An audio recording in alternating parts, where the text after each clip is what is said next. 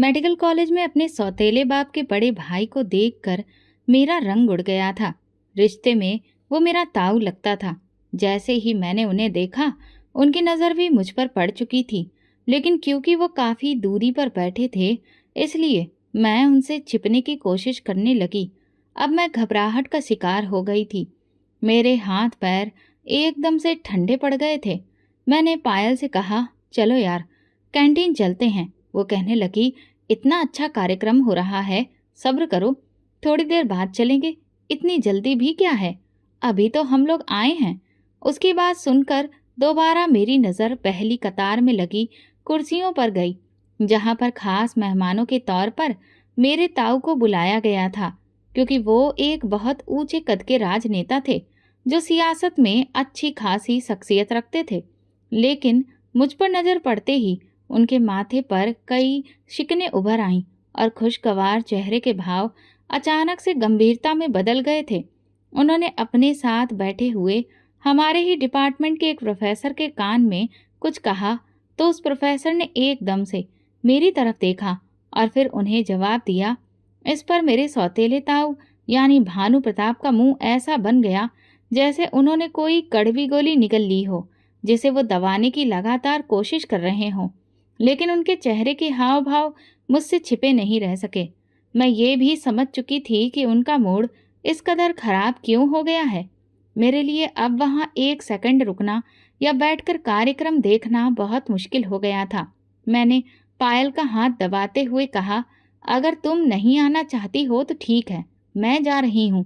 ये कहकर मैं वहाँ से फौरन उठी। पायल एकदम से परेशान होकर बोली, यार क्या दिक्कत है, अभी तो हम आकर बैठे हैं, इतनी मुश्किल से तो हमें सीट मिल पाई है, और फिर तुम्हें भी पता है कि यहाँ पर ये सारी चीज़ें फुल हो जानी हैं।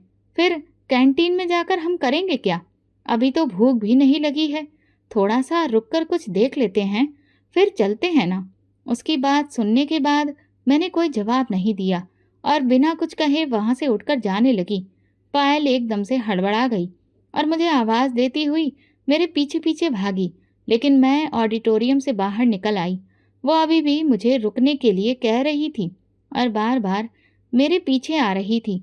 जब मैंने देखा कि उसकी आवाज़ें रुक नहीं रही थीं, तो मैं गुस्से से उसकी तरफ पलटी और होठों पर उंगली रखकर उसे खामोश रहने का इशारा किया। इसे देखकर वो चौंक पड़ी और फिर मेरे पास आकर कहने लगी, सब ठीक तो है? क्या हुआ है नंदिनी, तुम वहाँ से ऐसे क्यों उठकर आ गई? मैंने उससे धीरे से कहा, यहाँ से चलो, फिर मैं तुम्हें बताऊंगी। हमारे आसपास काफ़ी सारे स्टूडेंट्स थे जो हमारे ही ग्रुप के थे। वे हमें अजीब नज़रों से देखने लगे। मुझे उनसे भी ज़्यादा भानु प्रताप की फिक्र थी कि कहीं वो आदमी बाहर ना आ जाए। अगर ऐसा हुआ तो फिर क्या होगा, ये सोचकर ही मेरा दिल बैठने लगा था। हम कैंटीन में दाखिल हुए तो रोजाना के मुकाबले वहाँ भीड़ काफ़ी कम थी। हमने कोने पर रखी टेबल और चेयर खाली देखी तो भगवान का शुक्र अदा किया और फिर वहाँ जाकर बैठ गए। पायल ने बैठते ही मुझसे कहा, अब बताओ बात क्या है? आखिर ऐसा क्या हो गया कि तुम इतनी परेशान हो गई? क्या तुमने वहाँ कोई भूत देख लिया है? फिर वो अपनी ही बात कहकर जोर से हंस पड़ी। मैं परेशान होकर बोली, भूत से भी 2 कदम आगे की चीज़ देखकर बैठी हूँ मैं। बस प्रार्थना करो कि सब ठीक हो। मेरी इस बात पर वो हैरान होकर बोली, अरे ऐसा क्या है, अब बता भी दो, क्यों सस्पेंस बढ़ा रही हो? भला ऐसा क्या देख लिया कि इतनी घबरा गई हो? मैंने उससे कहा, तुमने उस वाइट कोट और वाइट पैंट वाले आदमी को देखा था जिसकी बड़ी बड़ी काली मूछें थीं? वो बोली, हाँ देखा तो है, वो कोई बहुत बड़ा चौधरी लगता है। शक्ल सूरत तो बिल्कुल वैसी ही है जैसे कि हम लोग ड्रामा सीरियल्स में किसी ठाकुर या चौधरी को देखते हैं। एकदम कड़कदार ड्रेस, कलाई पर बंधी महंगी वॉच। मैंने कहा, लेकिन ये कैरेक्टर मेरी जिंदगी में भी शामिल है, घटिया और नीची सोच के साथ। मेरी इस बात पर पायल हैरान होकर बोली, क्या मतलब है तुम्हारा? मैंने कहा, मतलब ये है कि ये मेरे सौतेले बाप के बड़े भाई यानी मेरे ताऊ हैं। इतना सुनते ही पायल की आंखें फटी की फटी रह गईं। उसके होंठ सिकुड़ गए और वो बोली, क्या सच में? मजाक तो नहीं कर रही हो? मैंने कहा, तुम्हें क्या लगता है, क्या ये मजाक वाली बात है? मेरे गंभीर अंदाज को देखकर वो खुद भी संजीदा हो गई और बोली, सच कहूँ तो मैं आज तक ऐसे लोगों को सिर्फ ड्रामा में ही देखा था। बहुत सख्त कानून कायदे वाले जो अपनी बेटियों की पढ़ाई और आज़ादी को बिल्कुल पसंद नहीं करते, बल्कि शादी पर जोर देते हैं। मैंने कहा, कम से कम वो लोग अपनी बेटियों पर कानून थोपते हैं, लेकिन यहाँ ये आदमी मुझ पर कानून चलाता है। हमारे घर के फैसले भी ऐसे करता है जैसे वही भगवान हो और मैं कोई अनाथ। पायल बोली, तो तुम्हारे माँ बाप कुछ क्यों नहीं कहते? मैंने कहा, वो क्या बोलेंगे? एक तो मैं सौतेली औलाद, दूसरा जब रिश्तेदार इतना अमीर और पावरफुल हो तो उसके आगे झुककर रहना ही पड़ता है। पायल बोली, तो अब मुश्किल क्या है? मैंने कहा, मुश्किल ये है कि उन्होंने मुझे यहाँ देख लिया है। हमने उन्हें ये नहीं बताया था कि मैं मेडिकल कॉलेज में पढ़ती हूँ। पायल ने कहा, भला इसमें बुराई क्या है? ये तो बहुत इज्जतदार प्रोफेशन है। मैंने कहा, बात इज्जत की नहीं, बात इतनी है कि इस खानदान में लड़कियों को ज़्यादा पढ़ाना लिखाना अच्छा नहीं समझा जाता। इस बात पर वो हैरान होकर मेरी तरफ देखने लगी। उस दिन मैं मेडिकल कॉलेज से जल्दी ही अपने घर आ गई थी, लेकिन जैसे ही गली में दाखिल हुई मैंने ब्लैक कलर की बड़ी सी गाड़ी देखी और मेरे रोंगटे खड़े हो गए। मेरा एक एक कदम मन बन भर भारी हो गया। जैसे तैसे भगवान का नाम लेकर मैं गेट के अंदर दाखिल हुई तो वही हुआ जिसका डर था। ड्राइंग रूम से भानु प्रताप की आवाज़ सुनकर मेरे शरीर में जैसे चींटियां रेंगने लगीं। मैं खामोशी से अपने कमरे की तरफ बढ़ रही थी कि तभी कमरे से निकलती माँ की नज़र मुझ पर पड़ी। उनके चेहरे पर हद से ज़्यादा तनाव था। वो तेजी से मेरी तरफ आई और बोली, तुम्हारे ताऊ अंदर आए हुए हैं। क्या ज़रूरत थी तुम्हें उनके सामने जाने की? मैंने कहा, मम्मी मैं सच कह रही हूँ, मैं जानबूझकर उनके सामने नहीं गई थी। आज कॉलेज में जो फंक्शन था उसमें उन्हें खास मेहमान के तौर पर बुलाया गया था। वो मेरे बिल्कुल सामने बैठे थे और तभी अचानक उन्होंने मुझे देख लिया। अगर मुझे पहले से पता होता कि वो अंदर हैं तो मैं वहाँ कभी नहीं जाती। माँ ने परेशानी से मेरी तरफ देखा कि तभी पिताजी की आवाज़ आई, अरे चाय लाने में इतना टाइम कब से लगने लगा? इस पर माँ एकदम से बोली, बस मैं अभी ला रही हूँ, और किचन की तरफ मुड़ गई। लेकिन जाते जाते उन्होंने मेरी तरफ देखा और कहा, तुम जाकर अपने ताऊ को नमस्ते करके आओ। उनके साथ में ताई भी आई हैं। माँ के किचन में जाते ही मैं तुरंत अपने कमरे में चली गई ताकि कपड़े बदल सकूं। लेकिन अचानक ही कमरे का दरवाज़ा खुला और मेरे सौतेले पिता की बहन का बेटा विक्रम बिना कोई दस्तक दिए मेरे कमरे में दाखिल हो गया। उसके यूं अचानक अंदर आ जाने से मैं सहम सी गई। वो बिल्कुल मेरे सामने आकर खड़ा हो गया और फिर मुझे सिर से पांव तक देखते हुए बोला, अच्छा तो तुम कॉलेज में पढ़ती हो, बहुत बढ़िया। हमें तो पता ही नहीं था कि शहर में आकर तुम लोगों ने अपने पर निकालने शुरू कर दिए हैं। मैंने उससे कहा, तुम मुझसे किस लहजे में बात कर रहे हो? तो वो बड़े ही तंजिया अंदाज में मुस्कुराया और बोला, अच्छा तो अब पढ़ी लिखी लड़कियों की तरह तुम भी हमें अपने तेवर दिखाओगी। अब तुम्हें हमारी बातें भी बुरी लगने लगी हैं। अभी से ये हाल है तो फिर कल को तो तुम ये कहोगी कि हम लोग तुम्हें जहर लगते हैं। मैंने झट से उसके मुंह पर कह दिया, तो इसमें गलत क्या है? अगर तुमने भी 2-4 कक्षाएं पढ़ ली होती तो कम से कम इतना तो सीख ही लेते कि किसी के कमरे में कैसे दाखिल होते हैं। वो हंसते हुए अजीब से अंदाज में बोला, कमरे में आकर मैंने तुम्हारे साथ ऐसी कौन सी जबरदस्ती कर दी है जो तुम मुझे इतनी बातें सुना रही हो? उसकी ये हंसी मुझे बहुत चिढ़ा गई। मैंने गुस्से में कहा, क्या तुम्हारे दिमाग में इसके अलावा और कोई बात नहीं आती? इस पर विक्रम बोला, अगर मैं तुम्हें बताऊं कि मेरे दिमाग में क्या क्या आता है तो तुम्हें मिर्ची लग जाएगी। वो मेरी आंखों में आंखें डालकर बोला तो मुझे अजीब सी घबराहट महसूस हुई। मैंने कहा, तुम बाहर जाओ, मैं खुद ही आती हूँ। वो बोला, अच्छा अब तुम्हें मेरा तुम्हारे कमरे में आना भी बुरा लगने लगा है तो साफ साफ कहो ना कि हमारे घर मत आया करो।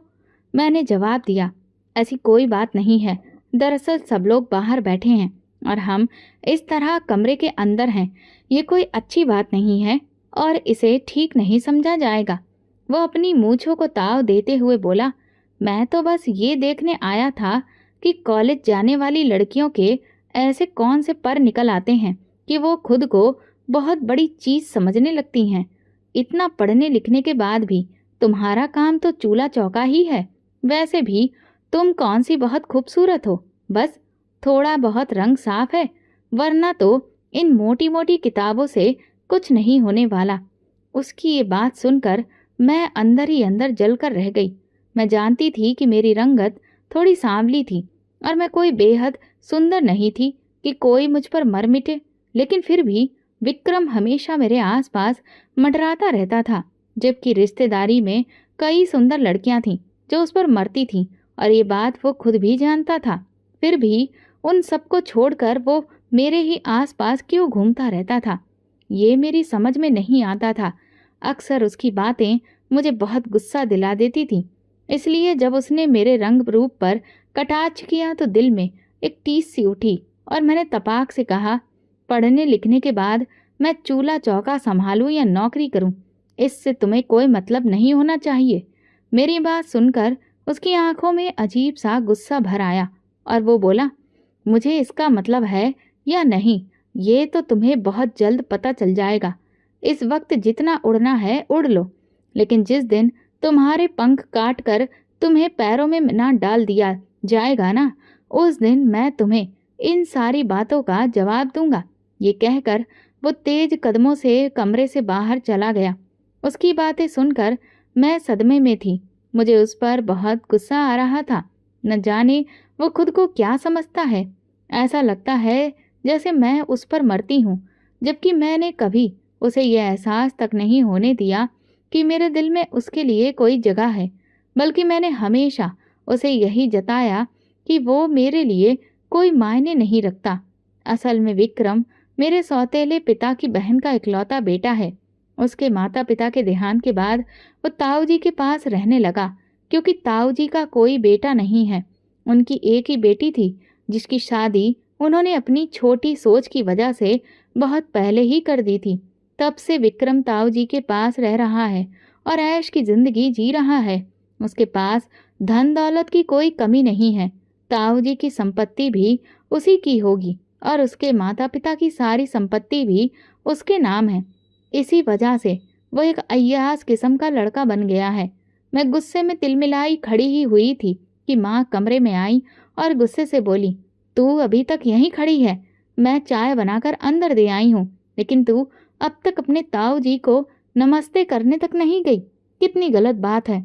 अब तक उन्हें पता चल गया होगा कि तू घर पर आ गई है। तू क्या उनके चले जाने के बाद ही कमरे से बाहर निकलेगी? तब तो तेरा बाप मेरी और भी ज्यादा बेइज्जती करेगा। मैंने मन ही मन कहा। मैं तो कपड़े बदलने ही वाली थी कि तभी विक्रम आ गया और वो फालतू की बातें करने लगा। माँ ने पूछा, क्या कह रहा था वो? मैंने कहा, कुछ नहीं, बस कपड़े बदल रही थी। माँ ने कहा, अब और देर मत कर, जैसी है वैसी ही चल, वैसे भी वो लोग उठकर जाने ही वाले हैं। मैं तुरंत माँ के साथ कमरे से बाहर निकली। जैसे ही मैं ड्राइंग रूम में कदम रखने वाली थी कि तभी ताऊ जी की आवाज़ कानों में पड़ी, तेरी बेटी ने तो पूरे कॉलेज में मेरा सिर ही झुका दिया। मुझे क्या पता था कि ये मेडिकल कॉलेज में पढ़ रही है। अगर जरा सी भी भनक होती तो मैं वहाँ कभी भी जाता ही नहीं। हमारे खानदान की बेटियों की इज्जत होती है और उनका काम घर संभालना होता है, अस्पतालों में मरीजों की देखभाल करना और उनकी गंदगी उठाना नहीं। और तुम्हें तो ये बात अच्छे से पता है कि हमारी परंपराएं क्या कहती हैं। लड़कियों का कॉलेज जाना, वो भी मेडिकल कॉलेज में, ये तो पूरे क्षेत्र में हमारे खानदान की इज्जत के खिलाफ है। इस बात पर मेरे पिता ने बड़े ही नरम लहजे में अपने बड़े भाई को जवाब देते हुए कहा, जी अब तो ज़माना काफ़ी बदल गया है और ज़माने को देखते हुए आजकल लड़कियों का अच्छा पढ़ा लिखा होना भी बहुत ज़रूरी हो गया है। इस बात पर तुरंत ही भानु प्रताप ने तपाक से कहा, ज़माना बदल रहा है ये तुम्हारा ख्याल है। तुम्हें इस बात का एहसास भी है कि लोग क्या कह रहे हैं? खानदान की लड़की को इस तरह से आज़ाद छोड़ देना हमारी परंपराओं के खिलाफ है। और फिर ये बात तो किसी से छुपी नहीं है ना कि ये तुम्हारी सौतेली बेटी है। सोचो कल को लोग क्या कहेंगे कि अगर सगी बेटी होती तो क्या ये लोग उसके साथ ऐसा करते? लोगों को तो यही लगेगा कि हम अपने घर की बेटियों को तो संभाल कर रखते हैं, लेकिन नंदिनी क्योंकि सौतेली है तो इसीलिए हमने उस पर ध्यान ही नहीं दिया, बल्कि आज़ाद छोड़ दिया। तभी मेरे पिताजी ने नरम लहजे में एक बार फिर से कहा, हमने उसे आज़ाद नहीं छोड़ा, बस हमारा इरादा यह है कि वो थोड़ा सा अच्छा पढ़ लिख ले। इस बात पर भानु प्रताप ने कड़क आवाज में कहा, पढ़ने की हद तक तो सब ठीक है, लेकिन डॉक्टर बनना? अरे लोग क्या सोचेंगे? और वैसे भी पढ़ी लिखी लड़कियां तो बहुत ज़्यादा बिगड़ जाती हैं। मैं तो अक्सर पढ़ी लिखी लड़कियों को ऐसे ही देखता हूँ।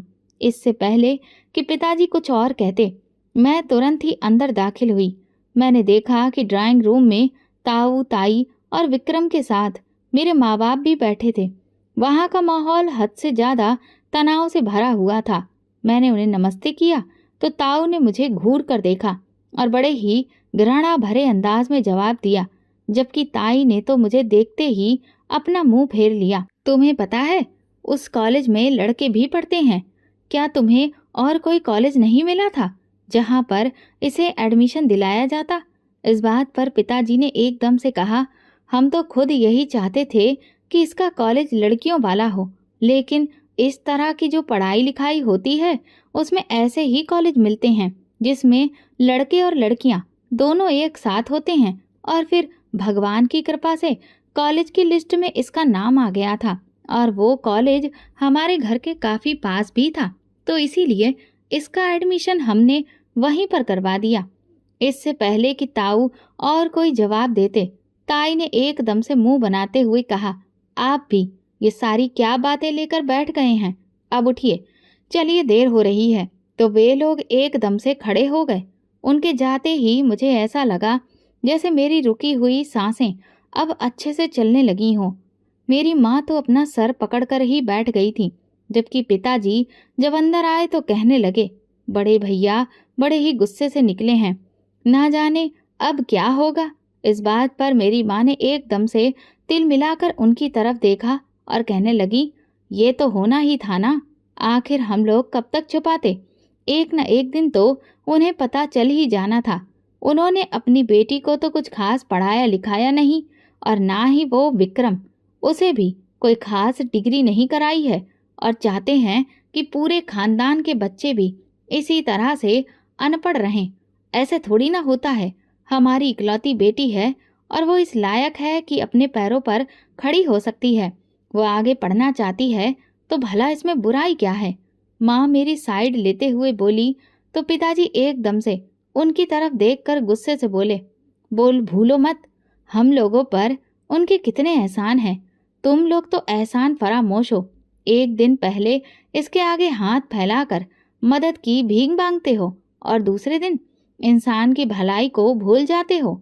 याद है जब तुम्हारा ऑपरेशन का टाइम था तो बड़े भैया ने ही 1 लाख रुपए मेरी हथेली पर रखा था और माँ ने तुरंत कहा, वो लाख रुपया उन्होंने आपकी हथेली पर नहीं रखा था, बल्कि इसके पीछे उनके बहुत सारे मकसद हैं जो आप अभी नहीं जानते, लेकिन मुझे सब कुछ दिखाई दे रहा है। इस बात पर पिताजी एकदम से बिखर कर बोले, तुम औरतों की बस शक करने की आदत कभी नहीं जाएगी। तो यही होगा ना, मेरी पहली बीबी तुमसे लाख गुना अच्छी थी। मजाल है जो उसके मुंह से मेरे खानदान के लिए एक भी शब्द निकल जाए, लेकिन तुमने तो मेरे खानदान को बुरा भला कहने का मकसद ही ठान लिया है। लेकिन इतना सब होने के बाद भी तुम्हारे दिल के अरमान पूरे नहीं होते। इस बात पर माँ एकदम से रोने लग गई। आखिर कब तक आप मुझे दूसरी बीवी होने का ताना देते रहेंगे? आपको क्या लगता है कि क्या मैं आपकी दुश्मन हूँ? अरे आखिर आपके सामने की सच्चाई आपको नजर क्यों नहीं आती? आपके बड़े भाई आपको थोड़े बहुत पैसे देकर आपका मुंह बंद कर देते हैं, जबकि गांव वाली जमीनों पर आपका भी उतना ही अधिकार बनता है, लेकिन आपने कभी भी उनसे अपना अधिकार नहीं मांगा। उन जमीनों में से जो भी मुनाफा होता है वो सबका सब आपके भाई ही ले लेते हैं। आपने कभी भी उनसे हिसाब किताब नहीं मांगा। अगर सालों में वो कुछ पैसे आपकी हथेली पर रख भी देते हैं तो कौन सा एहसान करते हैं? वो सारे पैसे आपके हिस्से की ज़मीन से ही निकले होते हैं, लेकिन वो हमेशा ही आपको बेवकूफ़ बनाते हैं। इतना सुनकर पिताजी गुस्से से बाहर निकल गए। उनके पास जब भी कोई जवाब नहीं होता था, तो वो ऐसे ही बाहर का रास्ता पकड़ लेते थे। उनके जाने के बाद माँ और भी तेज-तेज रोने लगी। उन्हें यूँ रोता देखकर मैं बहुत दुखी हो गई। मैंने माँ से कहा, आपको क्या ज़रूरत थी पिताजी के सामने इस तरह से बोलने की, जबकि आपको अच्छे से पता है कि वो अपने बड़े भाई के खिलाफ कोई भी बात सुनने को तैयार ही नहीं होते हैं। और फिर ये सब बातें करने का आखिर क्या फ़ायदा है? घूम फिर कर पिताजी आपको दूसरी बीवी का ताना मारते ही हैं। मुझे तो डर लगता है कि कहीं वो मुझे भी सौतेली बेटी होने का ताना मारना शुरू न कर दें, क्योंकि इतने सालों में मैंने ये तो देखा है कि पिताजी मुझे बहुत प्यार करते हैं, लेकिन अपने भाई से ज़्यादा तो नहीं। इस बात पर माँ अपने आंसू साफ करते हुए बोली, आखिर कब तक चुपचाप मैं ये सारे तमाशे देखती रहूं? तुम्हारे पिताजी को इतनी सी बात समझ में क्यों नहीं आती कि मैं उनकी दुश्मन नहीं हूँ। उनका बड़ा भाई उन्हें थोड़ा सा फायदा देकर कितना बड़ा नुकसान कर जाता है। अब सबसे बड़ा उदाहरण तो तुम यही देख लो ना कि पढ़ा हम लोग रहे हैं, तुम्हें सारा खर्चा हम लोग बर्दाश्त कर रहे हैं, एक भी पैसा आज तक उनसे नहीं लेते हैं, फिर भी उन्हें हमारे घर के हर मामले पर ऐतराज होता है। आखिर कब तुम्हारे पिताजी इस घर के मुखिया के तौर पर सारे मामलों को मैनेज करेंगे? मैं मानती हूँ कि वो उनके बड़े भाई हैं, लेकिन इसका मतलब ये तो नहीं है कि जिंदगी भर वो तुम्हारे पिताजी को ये सिखाते रहेंगे कि किस राह पर चलना है और किस राह पर नहीं। भला ऐसे कब तक चलेगा? मैं तो अब बहुत ज़्यादा थक गई हूँ। मैंने एकदम से माँ को तसल्ली दी, क्योंकि मैं जानती थी कि वो हाई ब्लड प्रेशर की पेशेंट है। जरा सी भी टेंशन हो जाती है तो उनकी तबीयत काफ़ी बिगड़ जाती है। इसलिए मैं तुरंत ही उन्हें लेकर कमरे में आ गई और लेटने को कहा, और फिर कमरे की लाइट ऑफ करके मैं बाहर आ गई। मेरा कल टेस्ट था, मैं उसकी तैयारी में लग गई, लेकिन ये सारी बातें मेरे दिमाग में लगातार घूम रही थी। मुझे बिल्कुल भी पढ़ाई में मन नहीं लग रहा था। समझ ही नहीं आ रहा था कि अब आगे कौन सी मुसीबत हमारा इंतज़ार कर रही है। अगले दिन मैं मेडिकल कॉलेज से बाहर निकली ही थी कि मुझे ऐसा लगा जैसे कोई गाड़ी मेरे साथ साथ चल रही हो। मैं जैसे ही पीछे मुड़ी तो वो ब्लैक कलर की थार थी और अचानक से मेरे पास आकर रुक गई। ड्राइविंग सीट पर बैठे हुए विक्रम ने गाड़ी का शीशा नीचे किया और मेरी तरफ देखकर बोला, आ जाओ, मैं तुम्हें घर छोड़ देता हूँ। जाने के उसके बोलने के अंदाज पर मुझे थोड़ा शक हुआ। मुझे ऐसा लगा जैसे उसने कुछ पी रखा है, तो मैं एकदम से चौंक गई और मैंने इनकार करते हुए कहा कि मैं अभी घर नहीं जा रही हूँ, मुझे लाइब्रेरी जाना है, क्योंकि कुछ किताबें इशू करवानी हैं, इसलिए वहाँ पर कुछ वक्त रुकने के बाद ही मैं घर जाऊंगी। लेकिन वो तो जैसे अपनी जिद पर अड़ गया, कहने लगा, ठीक है, तो फिर मैं तुम्हें लाइब्रेरी छोड़ देता हूँ। उसके इस तरह से जिद करने पर मुझे यकीन हो गया कि दाल में कुछ काला है। मैं उसके साथ किसी भी हाल में गाड़ी में बैठना नहीं चाहती थी, और आज तो उसकी गाड़ी में बैठने का सवाल ही पैदा नहीं होता था, क्योंकि उसके बात करने का अंदाज और आंखों की लालिमा इस बात की गवाही दे रही थी कि उसने जरूर कोई भारी भरकम नशा कर रखा है। उसकी जुबान भी लड़खड़ा रही थी। इसलिए मैं वहां से निकल लेने में ही अपनी भलाई समझी और तुरंत भागकर मैं फौरन अपनी यूनिवर्सिटी से लगी हुई एक पतली गली में घुस गई और तेजी से वहां से जाने लगी। गली के मोड़ पर मुड़ते ही मैंने पीछे देखा तो विक्रम की गाड़ी अभी भी वहीं पर खड़ी थी और वो मुझे तीखी नजरों से ऐसे देख रहा था जैसे कोई शिकार उसके हाथ से निकल गया हो। मुझे लाइब्रेरी तो जाना नहीं था, वो तो बस एक बहाना था। अब मैं इंतजार कर रही थी कि कुछ देर और गुजर जाए तो फिर मैं वापस बस स्टॉप की तरफ जाऊं। मैं बेबसी से अपने होंठ काटते हुए सोचने लगी कि अगर इस तरह से रोज रोज होगा तब फिर मैं क्या करूंगी। ऐसे तो मेरा तमाशा ही बनता चला जाएगा। घर पहुंचकर मैंने माँ से जब इस बारे में बात की तो वो भी बहुत परेशान हो गई। वो कहने लगी, उसका भला काम ही क्या था तुम्हारे कॉलेज जाने का? पता नहीं, लेकिन अब पिताजी से बात करो कि वो उसे समझाएं कि वो इस तरह से मुंह उठाकर तुम्हारे कॉलेज ना आए। इस बात पर माँ को बहुत तेज गुस्सा आ गया और वो कहने लगी, तुम्हारे पापा को समझाना कोई आसान बात है क्या? मैं तो वैसे भी उनके भाई या विक्रम के बारे में कोई बात कर दूं तो उन्हें बहुत चिढ़ मच जाती है। इसलिए तुम खुद ही अपने पापा से इस बारे में बात करो।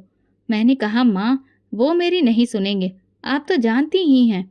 मैं परेशान होकर माँ से कहा तो वो बड़ी ही गमगीन आवाज में बोली, काश तुम्हारे पापा को इस बात का एहसास हो जाए कि अपने परिवार वालों को अपने दिल के पास रखने के साथ साथ अपनी पत्नी और बेटी को भी तो इज्जत देनी चाहिए, उनकी बातें भी तो समझनी चाहिए ना। अगर वो हमें भी दिल से अपना समझते तो फिर सारे दुख ही खत्म हो जाते। मैंने माँ से कहा, आप परेशान ना हो, इस बात का कोई ना कोई हल तो निकल आएगा। मैं आज के बाद कॉलेज जाते वक्त अपना चेहरा दुपट्टे से अच्छी तरह से ढक लिया करूंगी और जब कॉलेज से बाहर निकलूंगी तो पहले ही आसपास का माहौल देख लूंगी। ये सुनकर माँ कुछ निश्चिंत हो गई। अभी इस बात को 1 हफ्ता भी नहीं गुजरा था और फिर मेरे एग्जाम शुरू हो गए कि अचानक एक दिन ताऊ और ताई काफी सारे मिठाई के डिब्बे लेकर हमारे घर आ गए। मैं उस दिन घर पर ही थी और अपने एग्जाम की तैयारी कर रही थी।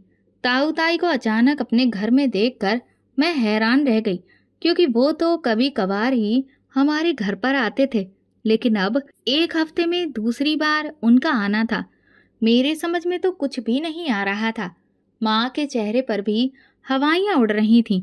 वो कहने लगी, भगवान जाने, मुझे इनका यहाँ आना कुछ अच्छा महसूस नहीं हो रहा।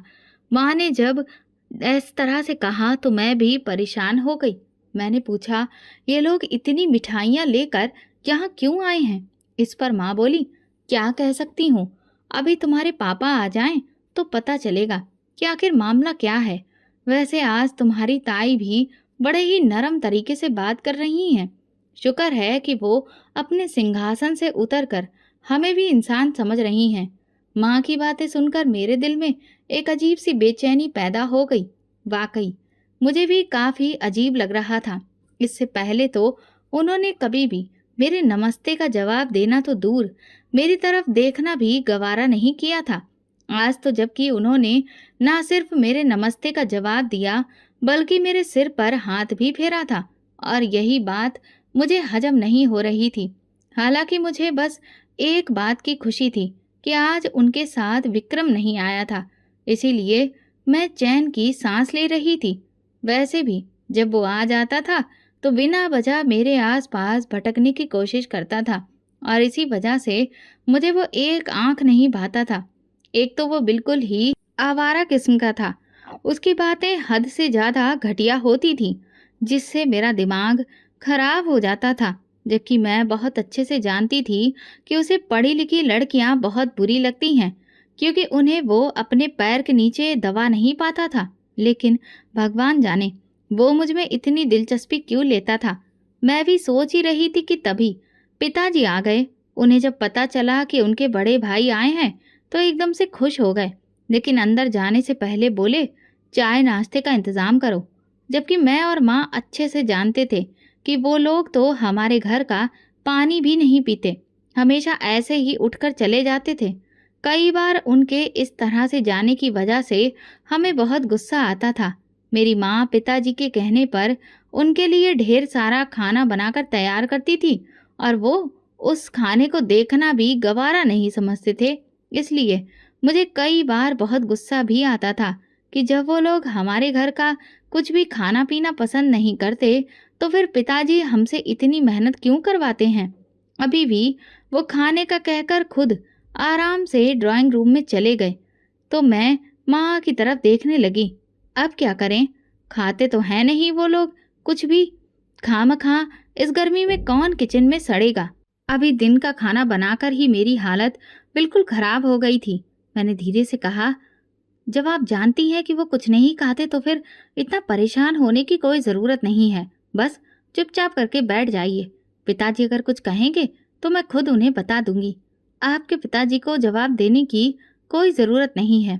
थोड़ी देर के बाद ही ड्राइंग रूम से खुशी की मिली जुली आवाज़ें आईं तो माँ और मैं चौंक कर एक दूसरे की तरफ देखने लगे। इतने में पिताजी की ड्राइंग रूम से आवाज़ आई। वो माँ को बुला रहे थे। माँ एकदम से खड़ी हुई और फटाफट साड़ी का पल्लू अपने सर पर ठीक किया, फिर तेजी से ड्राइंग रूम की तरफ बढ़ी। मैं भी दबे कदमों माँ के साथ चली गई, लेकिन ड्राइंग रूम के अंदर जाने के बजाय दरवाजे के पास ही खड़ी हो गई। एकदम से ताई ने माँ को देखते हुए कहा, बधाई हो, आज से आपकी बेटी हमारी बहू बनकर हमारे घर आने वाली है। इस बात पर माँ एकदम से ताई की तरफ देखकर बोली, ये आप क्या कह रही हैं? नंदिनी तो अभी पढ़ रही है, अभी तो उसका मेडिकल कॉलेज में एडमिशन हुआ है।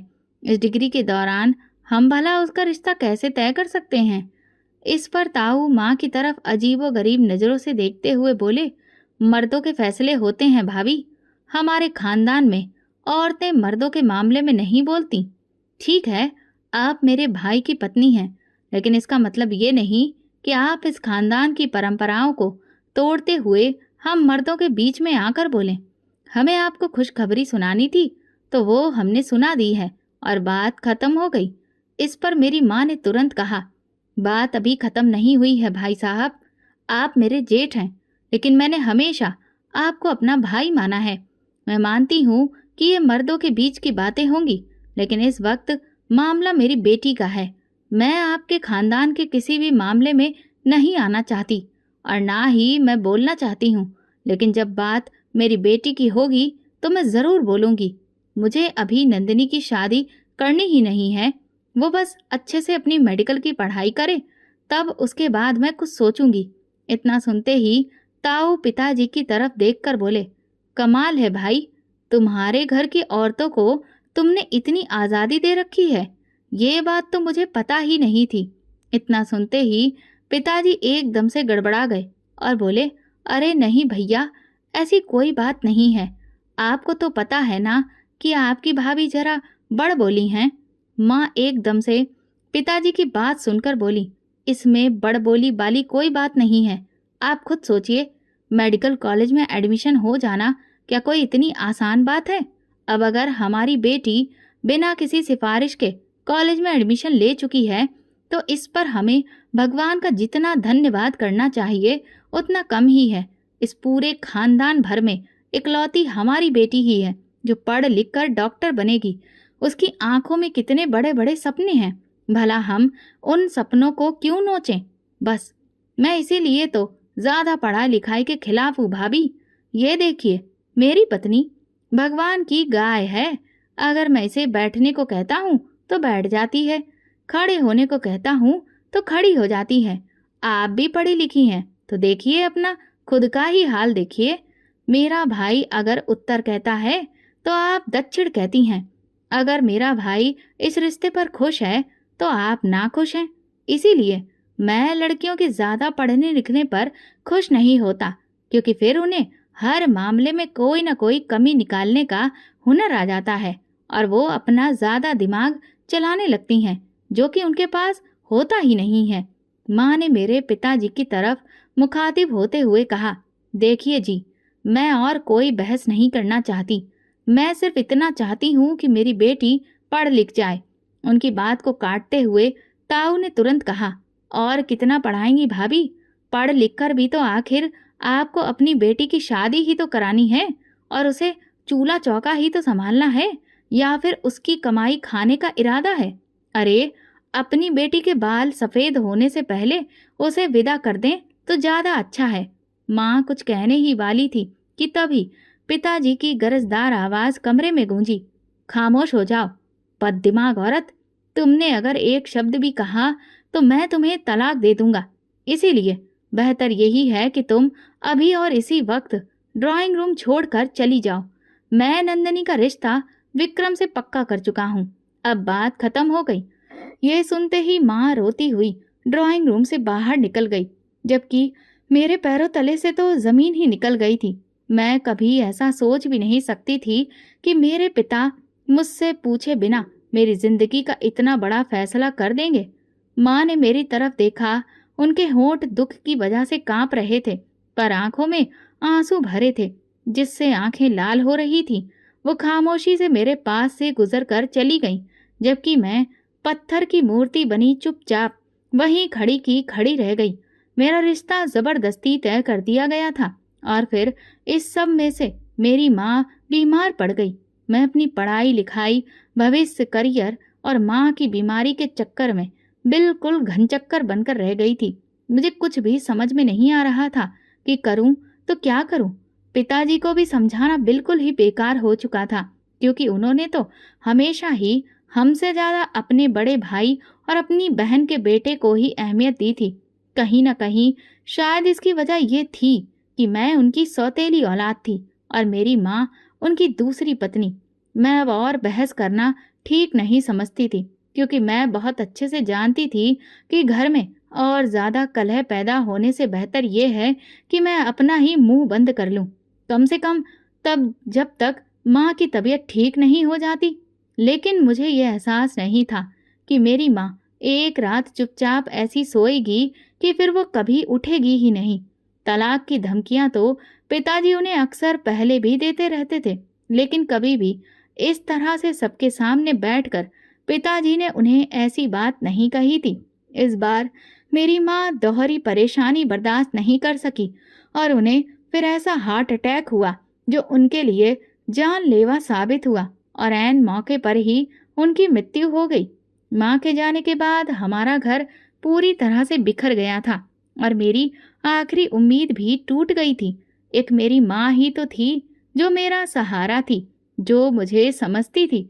लेकिन फिर भी मैंने जैसे तैसे खुद को संभाला और अपने आप को समझाया कि मुझे अपनी माँ का सपना पूरा करना है हर हाल में। और इसीलिए खुद को समेटकर मैं दोबारा से कॉलेज जाने की तैयारी शुरू ही कर रही थी कि तभी पिताजी मेरे पास आए और दो टूक शब्दों में मुझसे कहने लगे, अगर तुम्हें अपनी मेडिकल की पढ़ाई पूरी करनी है तो फिर तुम्हें एक शर्त पर ही इस बात की इजाजत मिलेगी। मैं खाली खाली नजरों से पिताजी की तरफ देख रही थी, क्योंकि मैं जानती थी कि मैं अभी अपने पैरों पर खड़ी नहीं हूँ और पिताजी से मुंह मोड़ लेने का नतीजा यही निकलेगा कि वो सपना जो मेरी माँ ने मेरे लिए देख रखा था, जिसके टूट जाने के डर से वो अपनी जान गंवा बैठी, वो भी हमेशा के लिए खत्म हो जाएगा। वैसे भी पिताजी को करनी तो अपने मन की ही थी, इसीलिए मैं दिल ही दिल में भगवान से मदद मांगने लगी कि पिताजी कोई ऐसी बात मेरे सामने लेकर ना आ जाएं जो मेरी बर्दाश्त की हद से ज्यादा हो। पिताजी मुझे सोच में डूबा हुआ देखकर धीरे से बोले, अगर मेरी एक शर्त मान लो तो फिर तुम्हारा ही फायदा है। मैंने धीरे से कहा, आप क्या कहना चाहते हैं? तो वो बोले, पहले मुझे ये बताओ, क्या तुम अभी भी मेडिकल की पढ़ाई करना चाहती हो? डॉक्टर बनना चाहती हो या नहीं? मैं एकदम से बोली, क्यों नहीं पिताजी, ये तो मेरा सपना है और सबसे बढ़कर ये मेरी माँ की इच्छा थी और मैं अपने जीते जी इस इच्छा को खत्म होते नहीं देख सकती। इस पर पिताजी बोले, तो ठीक है, फिर मेरी शर्त ये है कि तुम अपनी डिग्री पूरी करने के बाद विक्रम से शादी करोगी। बताओ, तुम्हें मेरी ये शर्त मंजूर है? अगर हाँ तो तुम आज से ही कॉलेज जा सकती हो, लेकिन अगर तुम्हें ये शर्त मंजूर नहीं है तो याद रखो, मैं तुम्हें कॉलेज जाने की इजाज़त कभी नहीं दूंगा और ना ही तुम्हें सपोर्ट करूंगा। मुझे नहीं पता था कि मेरे वही पिता जिनके प्यार में मैंने अब तक कभी भेदभाव नहीं देखा था, माँ के जाने के बाद इस कदर सख्त दिल हो जाएंगे। उन्हें तो इस बात का एहसास भी नहीं था कि वो अपने बड़े भाई की खुशी की खातिर अपनी पढ़ी लिखी बेटी को एक अनपढ़ के साथ ब्याह रहे हैं। उन्हें अपने भाई की खुशी तो दिख रही थी, लेकिन मेरी खुशी की कोई अहमियत नहीं थी। ये तो एक सौदा था, लेकिन इसमें नुकसान सिर्फ मुझे था। लेकिन मेरे पास और कोई रास्ता नहीं था, इसलिए मैंने हाँ कर दी और पिताजी से कह दिया कि जैसा वो चाहते हैं मैं ठीक वैसा ही करूँगी, लेकिन जब तक मेरी डिग्री पूरी नहीं होती तब तक मेरी शादी नहीं होगी। पिताजी ने कहा, ठीक है, मुझे मंजूर है और इस तरह से मुझे कॉलेज जाने की इजाज़त मिल गई। जब मेरी डिग्री मेरे हाथ में आई और मैंने प्रैक्टिस शुरू करने की सोची, तभी विक्रम के घर से खबर आई कि अब बहुत इंतज़ार हो गया, अगले हफ्ते ही शादी होगी। पिताजी ने हाँ कर दी। जब मुझे ये खबर मिली तो मैं बहुत रोई, क्योंकि ये कैसे लड़के के साथ मेरी तकदीर जोड़ी जा रही थी जो कि बिल्कुल जाहिल और बिगड़ैल था, और सबसे बढ़कर मैं उसे बिल्कुल पसंद नहीं करती थी। मेरे दिल में उसके लिए कोई भी जज्बात नहीं थे। भगवान जाने पिताजी को उसमें क्या नजर आता था कि उन्होंने मेरी खुशियों की परवाह भी नहीं की और मुझे उसके साथ बांध दिया। मैं जो अब तक शहर में पली बड़ी थी, अब गांव की इस हवेली की चार दीवारी के भीतर एक कैदी की तरह जिंदगी बिता रही थी। शादी के बाद मुझे पता चला कि इस शादी में ना तो ताऊ जी की कोई दखल अंदाजी थी और ना ताई जी की इच्छा, बल्कि ये शादी सिर्फ विक्रम की जिद पर हुई थी। शादी की पहली रात उसने मुझे बताया कि उसे मुझसे कोई मोहब्बत नहीं है। उसने ये शादी सिर्फ मेरा घमंड तोड़ने के लिए की थी, क्योंकि उसे लगता था कि मैं उसे इग्नोर करती हूँ और शायद मैं अपने कॉलेज में किसी और को पसंद करती हूँ। तो इसीलिए उसे ये बात हजम नहीं हो रही थी कि उसके इतने हैंडसम होने के बावजूद मैं उसे नज़रअंदाज कर रही हूँ। इसलिए उसने मेरे माँ बाप पर दबाव डलवाया और मुझसे शादी कर ली। फिर उसने मुझे ये साफ भी कह दिया कि तुम चाहे जितना मर्जी डॉक्टर बन जाओ, यहाँ तुम्हारी हैसियत वही होगी जो हम तय करेंगे। असलियत ये थी कि उसकी नज़र में मेरी हैसियत एक नौकरानी से भी कम थी। मैंने कभी नहीं सोचा था कि मेरी जिंदगी कांटों भरी राह पर चलेगी। मेरी किस्मत अब ये थी कि जिससे मेरी शादी हुई वो मुझे शादी के बाद भूल गया। वो महीनों गायब रहता और ज़्यादातर अपना समय शहर में बिताता। मैं जानती थी कि वो वहाँ क्यों रहता है। मैंने सुना था कि शहर वाले घर में उसने किसी शहरी लड़की से रिश्ता बना रखा है। जब मैंने इस बात पर विरोध किया तो मेरी ताई ने मुझसे कहा, तुम कौन सी शकल सूरत वाली हो जो वो तुमसे रिश्ता बनाए रखे? तुम्हारी औकात हवेली की नौकरानी जितनी भी नहीं है। शुक्र मनाओ कि तुम्हें यहाँ पर रखा हुआ है। और वैसे भी आदमी चाहे जितनी औरतें रख ले, ये तो उसकी शान होती है। तुम्हारी औकात ही क्या है जो तुम उस पर पाबंदी लगाओ। विक्रम को घर के सारे लोगों का पूरा समर्थन था। वो बाहर चाहे जो करता, किसी को कोई फर्क नहीं पड़ता। मैंने कई बार पिताजी से बात करने की कोशिश की, लेकिन मुझे इस बात का एहसास हो गया कि वो अब मुझसे बात नहीं करना चाहते। मुझे तो फ़ोन तक करने की इजाज़त नहीं थी, लेकिन पिताजी तो कर सकते थे, मिल सकते थे, पर वो कभी नहीं आए। मुझे यकीन नहीं हो रहा था कि वो इतने सख्त दिल कैसे हो सकते हैं। और फिर एक दिन एक उड़ती सी खबर मिली कि मेरे सौतेले पिता ने एक और शादी कर ली है और अब वो अपनी ज़िंदगी में खुश हैं। उसी दिन मैं अपनी माँ के लिए बहुत रोई, जिन्होंने सारी ज़िंदगी पिताजी के इशारों पर गुजार दी और एक दिन भी सुकून का नहीं देखा था। अब वही पिताजी अपनी तीसरी पत्नी के साथ घर में चैन से रह रहे थे। एक दिन मैंने हिम्मत करके अपनी प्रैक्टिस शुरू करने की इच्छा जताई। मैं डॉक्टर बन चुकी थी, बस प्रैक्टिस शुरू करना बाकी था। लेकिन मेरे ताऊ ताई ने साफ मना कर दिया। उन्होंने कहा, अगर तुम्हारा पति इजाज़त दे तब तुम ये काम कर सकती हो।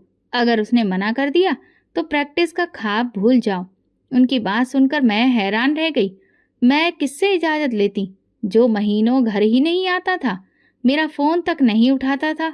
उससे मैं कैसे बात करती? जब मैंने कहा कि मैं विक्रम के शहर वाले घर में जाना चाहती हूँ तो मुझे इसकी भी इजाज़त नहीं मिली। मेरी ताई ने कहा, तुम हवेली से बाहर कदम भी नहीं निकाल सकती। अब तो यहाँ से तुम्हारी अर्थी ही उठेगी। उसी दिन मुझे यकीन हो गया कि मैं यहाँ बहू बनकर नहीं, एक कैदी बनकर लाई गई हूँ, जिसे अपनी मर्जी से सांस लेने तक की भी इजाज़त नहीं है। अब मैं एक एक दिन विक्रम का इंतज़ार कर रही थी ताकि उससे बात कर सकूं, जबकि मैं अच्छे से जानती थी कि वो इतना घटिया इंसान है कि मेरी बात कभी नहीं मानेगा। फिर भी दिल में उम्मीद थी, क्योंकि वो जो कुछ भी कर रहा था मैंने अब तक उसकी कोई शिकायत नहीं की थी। इसलिए मुझे लगा कि शायद वो मुझ पर रहम खा ले। एक दिन वो हवेली आया तो मैंने उसके मूड को देखते हुए उससे इजाज़त मांगी। मैंने बड़ी मुश्किल से कहा कि मेरी मेडिकल की डिग्री मेरे हाथ लग चुकी है और अब मैं प्रैक्टिस करना चाहती हूँ। मेरी बात सुनकर वो जोर से ठहाका मारकर हंसा और बोला, तुम्हें लगता है कि मैं तुम्हारी बात मानकर तुम्हें इजाज़त दे दूंगा और फिर तुम शहर आ जाओगी? तो ये तुम्हारी ज़िंदगी की सबसे बड़ी भूल है। अब तुम्हें इस हवेली के अंदर ही रहना है। भूल जाओ कि तुमने कोई डॉक्टरी की डिग्री हासिल की है और ना ही तुम्हें प्रैक्टिस की इजाज़त है। ना ही शहर आने की। उसकी बात सुनकर मैं रोने लगी। मैंने कहा, तुम लोगों ने मेरे साथ धोखा किया है। शादी के वक्त तुमने और तुम्हारे परिवार ने वादा किया था कि मुझे नौकरी करने से नहीं रोकोगे। तो वो ताना मारते हुए बोला, ऐसे वादे करना हमारे लिए कोई मुश्किल बात नहीं है। मैंने अफसोस भरी नज़र से उसे देखा और कहा, तुम्हें डर नहीं लगता कि तुम अपने वादे से मुकर गए? भगवान के सामने क्या मुंह दिखाओगे? वो गुस्से से बोला, एक बात गांठ बांध लो, अब तुम्हें वही करना पड़ेगा जो मैं कहूँगा, और अगर तुमने मेरी नाफरमानी की तो फिर खामियाजा भुगतने के लिए तैयार रहो। अपनी डिग्री को भूल जाओ। अब तुम्हें बिल्कुल वैसी ही जिंदगी गुजारनी है जैसी मैं कहूँ। इसके अलावा तुम्हारे पास कोई विकल्प नहीं है। अब चाहे रोकर गुजारो या हंसकर, तुम्हारी मर्जी। ये कहकर वो कमरे से बाहर चला गया।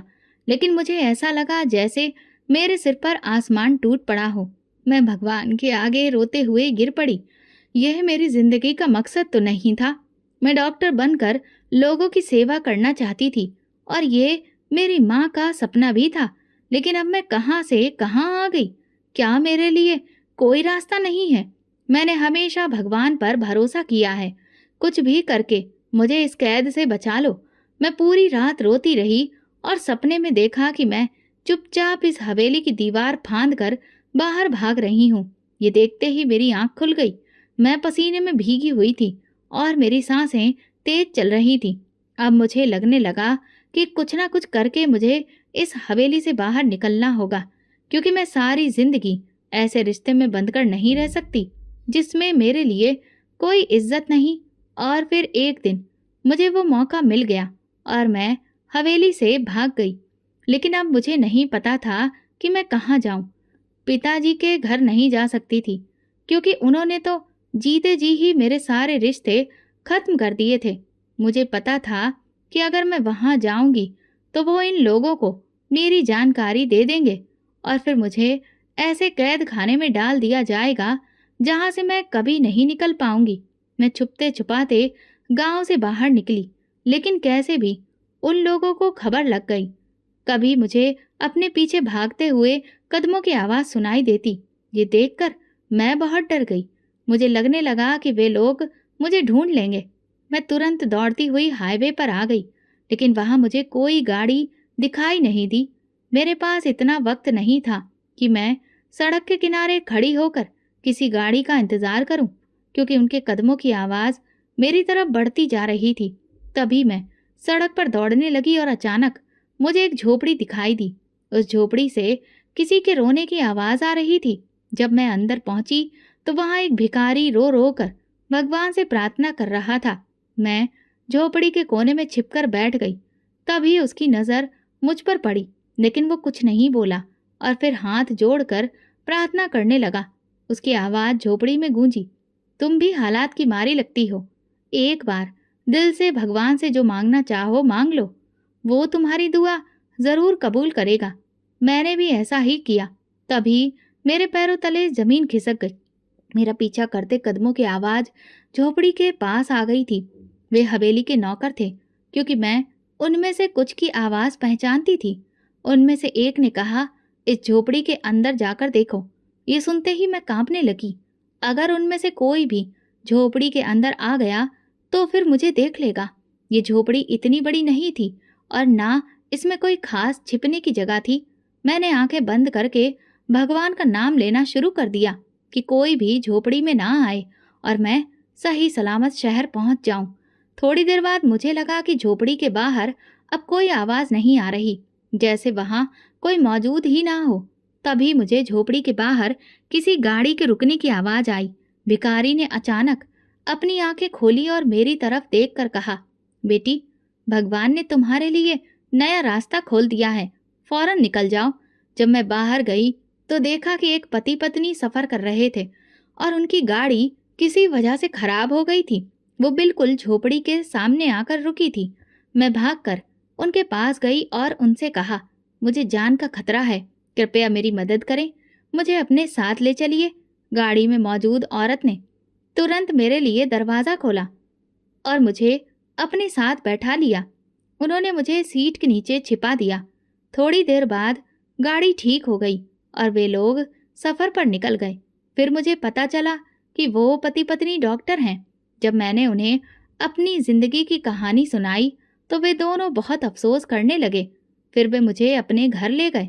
उनके कोई औलाद नहीं थी। वे दोनों एक बहुत बड़ी कोठी में अकेले रहते थे और अपने हॉस्पिटल में काम करते थे।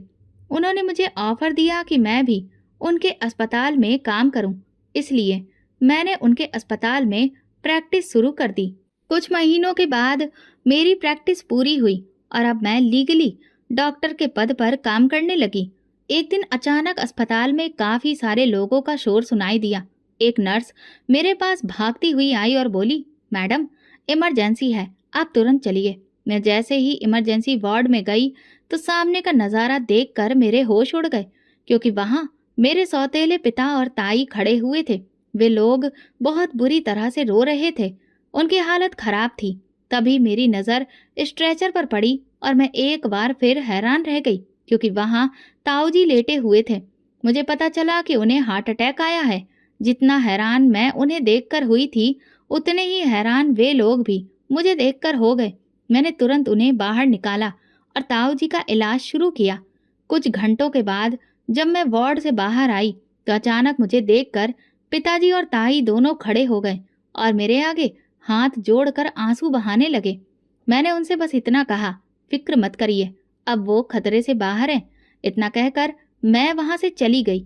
सच कहूं तो उस वक्त ऐसा लग रहा था कि जैसे मेरा दिल बिल्कुल खाली हो चुका है। ना ही उनके लिए कोई नफरत थी और ना ही कोई लगाव। जब उन्होंने मुझे अपने सामने खड़े देखा और उन्हें ये पता चला कि ताऊजी की जान मैंने ही बचाई है, तो अचानक उनके चेहरे के भाव बदल गए। कुछ दिनों तक वे लगातार अस्पताल में ही रहे थे और मेरा उनसे कई बार सामना हुआ, लेकिन मैंने कभी भी उनसे आगे बढ़कर बात करने की कोशिश नहीं की। मैं केवल अपने प्रोफेशन तक ही सीमित रही और अपना काम पूरी ईमानदारी से करती रही। जिस दिन ताऊजी पूरी तरह से ठीक होकर अस्पताल से डिस्चार्ज होने वाले थे, तो उन्होंने अचानक मुझे मेरे नाम से पुकारा और मेरे सामने हाथ जोड़कर मुझसे माफ़ी मांगने लगे। कहने लगे, नंदिनी, तुमने मुझे और मेरी सोच दोनों को गलत साबित कर दिया बेटी। सच में हम सब के सब तुम्हारे गुनहगार हैं। मैंने तुम्हारी पढ़ाई लिखाई की हमेशा तुम्हें तुच्छ समझा, लेकिन आज उसी पढ़ाई की वजह से मेरी जान बच पाई है। मैं तुम्हारा जिंदगी भर एहसानमंद रहूंगा। तुमने जो सिखाया है वो मैं कभी नहीं भूल सकता। मेरे पिताजी और ताई भी हाथ जोड़कर मुझसे माफ़ी मांगने लगे। कहने लगे, हमने तुम्हारे साथ बहुत गलत किया। पिताजी तो रो रो कर बेहाल हो गए। वे कहने लगे, मैं ना सिर्फ तुम्हारा बल्कि तुम्हारी माँ का भी अपराधी हूँ। मैंने पिताजी से कहा, आपने जो कुछ भी किया अब उसे सुधारा नहीं जा सकता, लेकिन हाँ, मैं इतना कहूँगी कि मैं आप सबको माफ़ कर चुकी हूँ, क्योंकि नाराज़गी तो अपनों से होती है, गैरों से नहीं। और अब मेरा आप में से किसी से भी कोई रिश्ता नहीं है। मैं जैसे ही वहाँ से मुड़कर जाने लगी, तभी अचानक पिताजी ने मुझसे कहा, बेटी, मैं तुम्हें एक बात और बताना चाहता हूँ। विक्रम का एक रोड एक्सीडेंट में देहांत हो चुका है, इसलिए अब तुम पूरी तरह से आज़ाद हो। ये सुनकर सच कहूँ तो मैंने एक अजीब सा हल्कापन महसूस किया। ऐसा लगा जैसे मेरे सिर से कोई बहुत भारी बोझ उतर गया हो। वे लोग एक बार फिर माफ़ी मांगने लगे, लेकिन मैं बिना कुछ कहे अपने कैबिन में लौट आई। विक्रम के मरने की मुझे ना खुशी थी ना अफसोस, बस मैं खुद को सिर्फ आज़ाद महसूस कर रही थी। मैंने जो अपनी ज़िंदगी की दूसरी शुरुआत की थी, उसमें उन डॉक्टर पति पत्नी का बहुत बड़ा हाथ था, जो ना सिर्फ मुझे अपनी बेटी कहते थे बल्कि सच में बेटी समझते भी थे। शायद ये उनके प्यार का ही असर था कि अब मेरे दिल में मेरे अतीत को लेकर सिर्फ खालीपन था और मैं एक सामान्य जिंदगी की ओर लौट आई थी। आज मुझे इस बात का सुकून भी था कि जिन लोगों ने मुझे और मेरी माँ को इतना सताया था, जो हमें हर कदम पर गलत साबित करते थे, आज वे खुद अपनी ही नज़रों में गिर चुके थे और उन्हें अपनी गलती का एहसास हो चुका था। और ये सब सिर्फ मेरे भगवान की मेहरबानी थी, जिनकी वजह से उन्हें उनके किए की सजा मिली थी और मुझे वे माता पिता मिले थे जो मुझे दिल से चाहते थे। अब मेरा मकसद सिर्फ और सिर्फ अपने प्रोफेशन के साथ इंसाफ करना, अपनी माँ के सपने को पूरा करना और अपने नए माता पिता की सेवा करना था। दोस्तों, अगर आपको हमारी कहानी पसंद आई हो तो प्लीज़ कमेंट करके ज़रूर बताइए और इस वीडियो को ज़्यादा से ज़्यादा लाइक और शेयर करके मेरे चैनल को सपोर्ट करिए। अगर आप चैनल पर नए हैं तो सब्सक्राइब जरूर करें और नोटिफिकेशन बेल दबाएं ताकि अगली अपडेट सबसे पहले आपको मिले। धन्यवाद।